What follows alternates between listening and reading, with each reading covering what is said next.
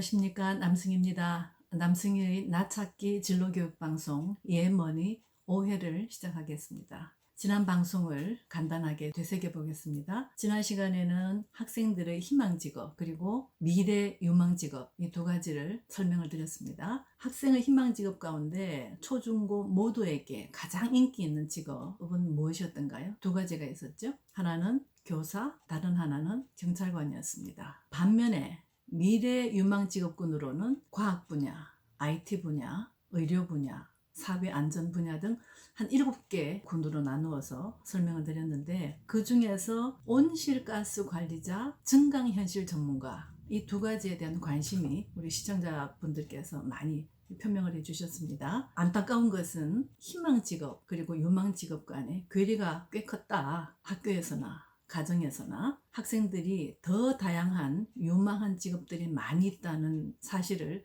경험할 수 있도록 그런 기회를 많이 갖게 하는 것이 우리의 역할이 아닌가, 이런 생각을 해봤습니다. 오늘은 미래의 전망 그리고 조언에 대해서 말씀을 나눌 텐데, 본 내용에 들어가기 전에 가벼운 말씀 하나 나누겠습니다. 남산을 자주 올라갑니다. 저는 가장 기본적으로는 운동을 하러 가는 거죠. 한 2시간 정도 트레킹 하기에는 참 좋은 그런 곳입니다. 근데 특히 비 오는 날 가면 더 좋아요. 각자의 취향에 따라서 다르겠지만 저는 비 오는 날을 가는 것을 아주 좋아합니다. 평소에 가도 그렇죠. 일단 오감이 즐겁습니다. 시각이 즐겁고 청각이 즐겁고 후각이 즐겁고, 비 오는 날 가면 그 땅에서 올라오는 그런 아주 묘한 산의 냄새가 있습니다. 그 다음에 촉각이 즐겁고 그 바람결, 그 다음에 미각은 뭐 산이 주는 즐거움이라기보다는 운동을 하고 난 뒤에 커피 한 잔을 한다든지 아이스크림 하나를 먹는다든지 하는 것도 대단한 즐거움 중에 하나죠. 왜 이 얘기를 드리냐 하면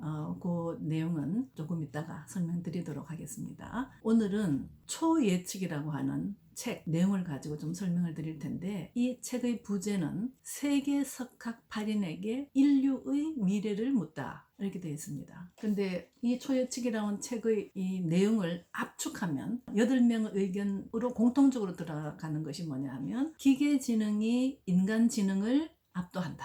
생명과학이 진화 법칙을 초월한다.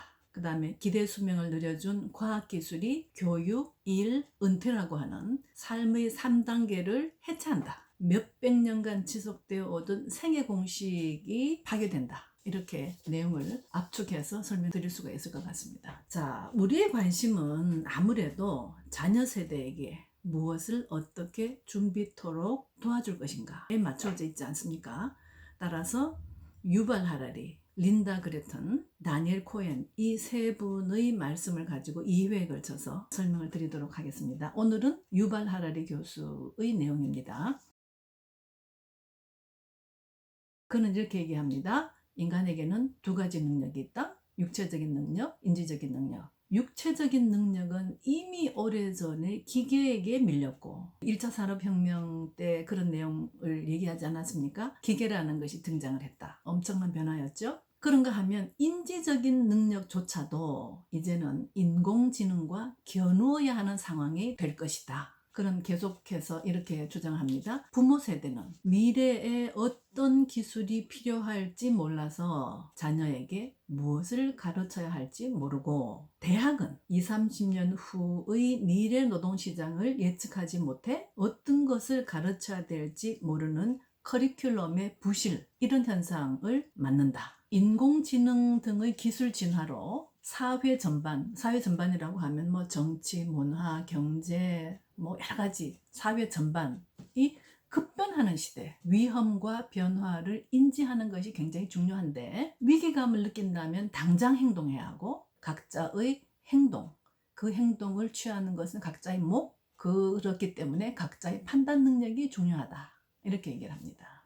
유발 하라리 교수는 원시시대 수렵인의 기술 중에서 21세기 우리에게 도움이 되는 2가지 능력이 있는데, 하나는 감각이요, 하나는 유연성이다, 이렇게 얘기를 합니다. 자, 그들은 살아남기 위해서 감각을 갈고 닦아야 했는데, 눈으로는 항상 주변을 살피고 작은 소리에도 귀를 쫑긋 세우며 주변 냄새에 민감하게 반응했다. 반면에 현대인들은 만들어진 공간에 살면서 점점 더 감각이 둔해졌는데 우리도 살아남기 위해서는 감각을 갈고 닦아야 한다. 이렇게 얘기를 합니다. 유발 하라리 교수가 이 감각이 중요하다고 얘기를 했는데 감각을 갈고 닦아야 한다라고 하는 주장. 그렇다면 감각이 어느 정도 중요하냐? 그리스의 철학자 아리스토텔레스는 이렇게 얘기를 해요. 아는 일에는 4단계가 있다.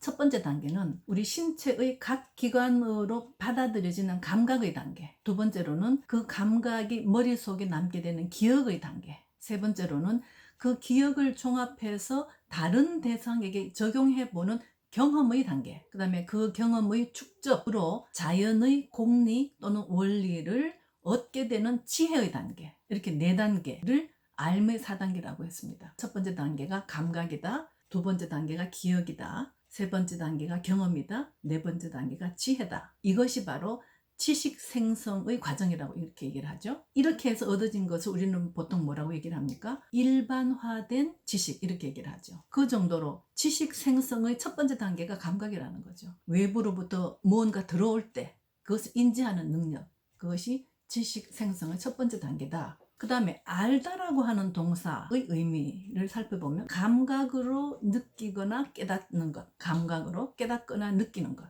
이것을 알다라는 동사의 의미라고 합니다. 이 감각교육이라는 뭐냐? 시각, 청각, 후각, 미각, 촉각 등의 감각으로 변별 능력을 파악하게 하는 교육. 제가 아까 남산에 가는 말씀을 드렸는데 요즘은 뭐 코로나 때문에 그런 광경을 볼 수가 없지만은 작년까지만 하더라도 어린 자녀를 데리고 나오는 분들이 많이 계세요. 심지어는 아주 어린 유모차에 태워서 오는 경우도 있고 유아 내지는 유치원 학생들 뭐 심지어는 초등학교 학생들 이렇게 데리고 오는 경우가 많이 있는데 제가 그걸 보면서 항상 그런 생각을 했습니다. 저 아이들은 참 훌륭한 감각 교육을 받고 있구나. 돈 들이지 않고 인위적이지 않은 너무나 자연스럽고 편안한 과정에서, 편안한 환경에서 시각, 청각, 후각, 촉각, 미각의 교육을 받고 있구나. 참 좋은 부모 내지는 좋은 할아버지 할머니들이다. 이런 생각을 많이 했습니다. 그 정도로 감각 교육은 변별 능력을 키우는 매우 중요한 교육이다. 유발 하라리 교수의 감각의 중요성 우리가 다시 한번 새겨봤으면 좋겠습니다. 다음으로는 유발 하라리 교수는 유연성 얘기를 했죠. 수렵인들은 자신을 자연에 적응시키며 살았기 때문에 유연성, 적응력이 굉장히 뛰어났다. 이 유연성이라고 하는 것은 뭐 어떤 건지 잘 아시잖아요. 늘어났다가 잘 줄어드는 거.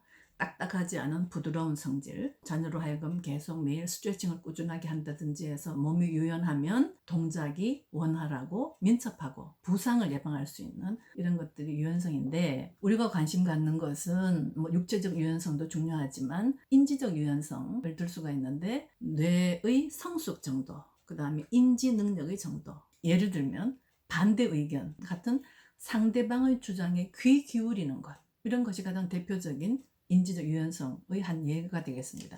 자, 실례를 하나 들어보겠습니다. 여러분의 자녀, 친구가 여러분 자녀에게 갑자기 연락을 또 끊었어요. 그러면 여러분 자녀는 어떤 반응을 보일까요? 또 어떤 감정을 느끼게 될까요? 처음에는 서운하다가, 뭐 화도 나다가, 우울하다가, 밉기도 하다가, 뭐 불안하기도 하다가 소외감도 느끼다가 이런 느낌을 보통 갖게 되겠죠. 그러다가 이런 생각을 드는 단계가 왔다고 생각해 봅시다. 왜 그랬지? 여러분의 자녀가 궁금증이 생긴다. 지금 이 상황에 대해서 내가 갖고 있는 정보가 충분하지 않을 수도 있다. 충분히 정확하지 않을 수도 있다. 그 친구는 나와 다른 입장일 수도 있겠다. 그래서 그 친구의 입장으로 현재의 문제를 생각하게 하는 단계에 갔다. 그러면 여러분의 자녀는 인지적 유연성이 매우 뛰어나다. 이렇게 얘기할 수가 있겠죠. 바로 인지적 유연성이라고 하는 것은 새로운 변화에 빨리 적응하게 하기도 하고 그 문제의 원인을 빨리 이해할 수 있도록 해서 문제 해결 능력을 갖게 하는 매우 중요한 요인입니다. 자, 오늘 내용을 다시 한번 정리를 해보면 급변하는 시대, 또 위험이나 변화를 빨리 인지하는 것이 중요하고 인지를 한다면 당장 행동해야 하고 그러기 위해서는 각자의 판단 능력이 매우 중요하다. 왜냐하면 각각의 취한 행동은 각각의 몫이기 때문이다. 삶의 시작은 감각이요. 판단의 시작은 유연성이다. 이렇게 유발 하라리 교수의 전망과 조언을 정리할 수 있을 것 같습니다. 자, 거듭 말씀드리지만 진로 교육의 핵심은 직업을 찾기 이전에 나를 찾는 일. 그것이 진로 교육의 대명제라고 하는 사실을 다시 한번 우리가 공감을 하면서 그것이 자신에게 가장 적합한 직업을 찾는 지름길이기 때문입니다. 이렇게 이해를 해주시면 좋을 것 같아요.